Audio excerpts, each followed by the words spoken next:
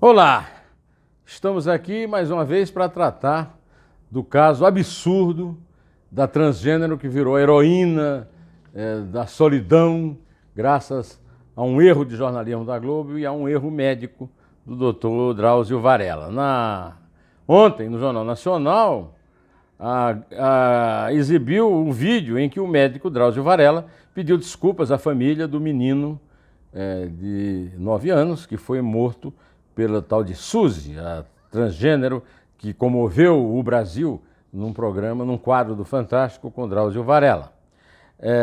O Jornal Nacional mostrou um pedido de desculpas do Drauzio e o William Bonner, o editor-chefe do jornal e apresentador, leu uma nota dizendo que apenas depois da exibição do quadro, o Fantástico tomou conhecimento da gravidade do crime e só na terça-feira a Globo se manifestou com mais clareza sobre o assunto porque respeitou protocolos de segurança, protocolos que autoridades públicas não seguiram. Olha, essa explicação é estúpida, é mais idiota do que o fato em si, apesar de não ser tão grave quanto o assassinato de um menino que foi estuprado por um pedófilo assassino. O caso é que o Fantástico tinha obrigação de saber o que vai para o ar. É uma obrigação que o Fantástico tem. Não é o ouvinte, não é o telespectador do Fantástico que tem que saber se o Fantástico sabe ou não sabe. O Fantástico tem que saber.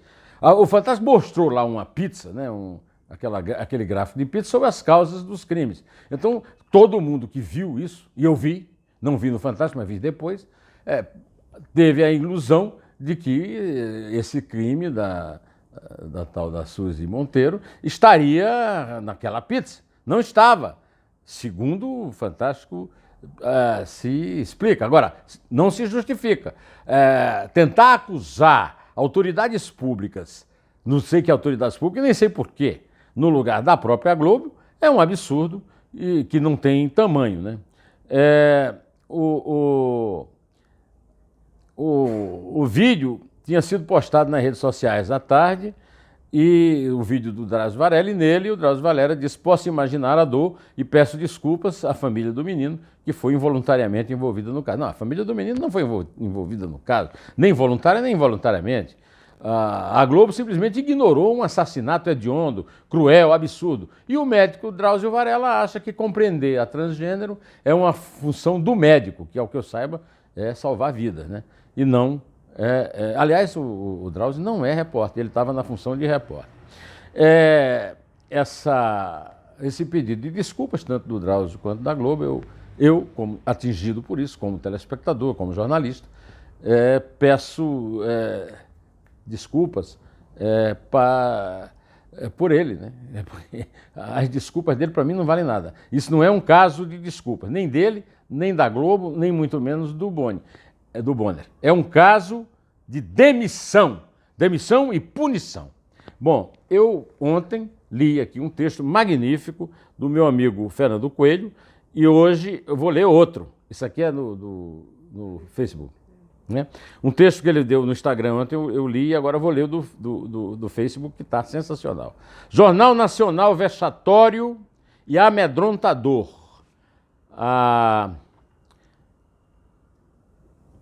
A nota da defesa da Globo, um tiro no pé.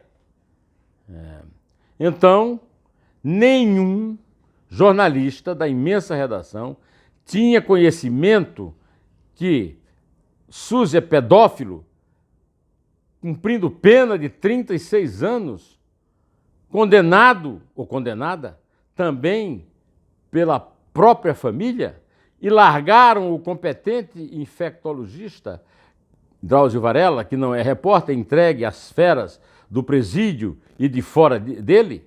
Essa história não é sobre gênero, sexualidade. É sobre um assassinato hediondo e um jornalismo incompetente. Que produção, hein? Bom, mas não vamos ficar só nisso, né?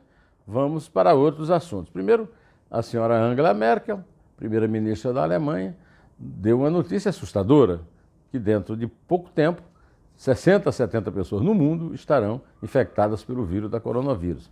Enquanto isso, aqui no Brasil estão tomando as providências corretas, a Itália foi completamente isolada e o coronavírus continua assustando o mundo também na economia.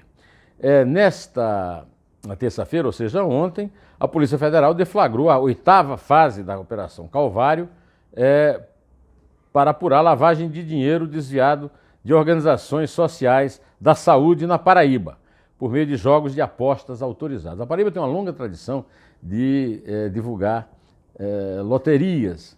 A Rádio Tabajara, que é uma rádio oficial do governo, divulgava o jogo do bicho na Paraíba no meu tempo que eu morava lá, na minha juventude, né? Agora, o auditor Richard Euler Dantas de Souza, do Tribunal de Contas da Paraíba, é um dos alvos da operação por supostamente atuar para atrapalhar investigações sobre os contratos das organizações sociais do Estado. Outro alvo, foi alvo inclusive de busca e apreensão, e um pedido de prisão, de volta da prisão, que foi solto, é o irmão Coriolano, irmão de Ricardo Coutinho, chefe da organização criminosa. Coriolano é tido como um dos mais comprometidos nessa história do roubo da loteria. É um irmão, tem o nome do pai, né? Os dois são filhos bastardos do Coriolano Coutinho. E tem mais 7 alvos da Operação Calvário, mirando supostos esquemas de corrupção na Paraíba, né? Uma notícia de hoje que também me chamou muita atenção é que os acusados da morte de Marielle Franco, que está para completar 2 anos, agora sábado, né, meu? 2 anos. O Rony Lessa e o ex-PM, policial militar reformado Rony Lessa e o ex-PM Elcio Queiroz vão ser levados a júri popular. Os dois são acusados de terem matado a Marielle. Agora estamos chegando ao 2º ano e a polícia e a justiça do Rio de Janeiro ainda não foram competentes para nos informar quem mandou matar.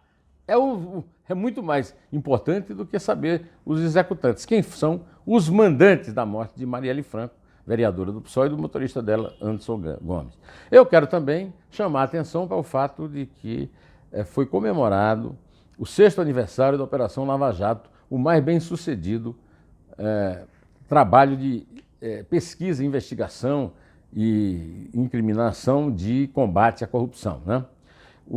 Nesse aniversário foi feito um balanço que foram devolvidos 4 bilhões de reais aos cofres públicos, é muito pouco em relação ao que foi roubado, mas é muito em relação ao que é devolvido. Nada era devolvido antes até a Lava Jato funcionar.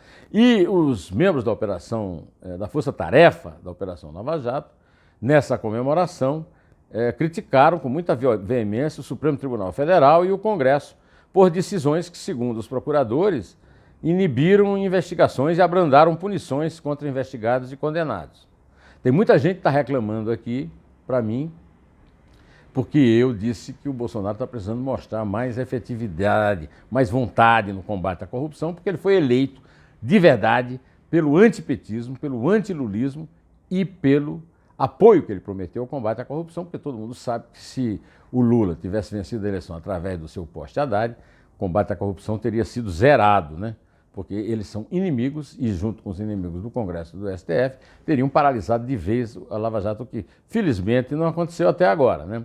Mas eu tenho acompanhado aqui esse balanço que foi apresentado pelos procuradores, principalmente o Deltan Dallagnol, que é a maior vítima dessa história aí, desse Glenn Greenwald, né, do Intercept Brasil, e ele mostrou os recordes de todo tipo. Por exemplo, os investigadores da Lava Jato já dialogaram com 1/3 dos países do planeta, além de 185 acordos de delação, 14 de leniência, nos quais foi ajustada a devolução de 14 bilhões e 300 milhões de reais que a corrupção levou. Só que eles são combatidos diuturna, noturna e diuturnamente, como dizia a Dilma Rousseff, por Gilmar Mendes e seus amigos do Supremo, e também pelo Centrão e pela esquerda, principalmente os partidos ligados ao PT.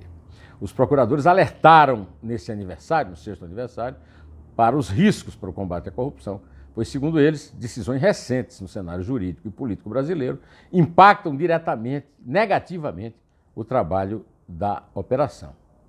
A Força Tarefa citou a aprovação da Lei de Abuso de Autoridade, que começou a valer em janeiro, e tende a inibir o dever de investigar, e também são enfáticos e apontam para o STF, sobretudo sobre a questão da segunda instância, né, que agora não basta ser condenado na segunda instância, é preciso ser condenado em todas as instâncias para alguém começar a cumprir pena, então por isso foram soltos Lula, Zé Disseu, Eduardo Azeredo e outros tantos condenados, já consagrados como corruptos, como lavadores de dinheiro, como ladrões, e isso aí, além dessa questão do juiz de garantia, que cria uma instância a mais, aumentando a lerdeza da justiça. Por aqui eu vou ficando e dizendo a você que continuarei aqui de segunda a sábado, direto ao assunto, em pé, e só a verdade nos salvará.